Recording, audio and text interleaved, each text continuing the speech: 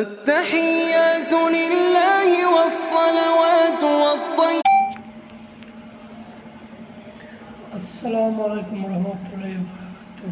আমি একটা কথা বলছি ভাইজান, আপনি যে আয়াতটা ছেড়েছেন কোরআনের আয়াত, মোবাইল ইউটিউবে স্ক্রিনে এস অ্যাড, তাই না? তো এরা কখনো ছাড়বে না। এটা ছাড়লে আপনারও গুনাহ হবে, যে দেখবে তারও গুনাহ হবে।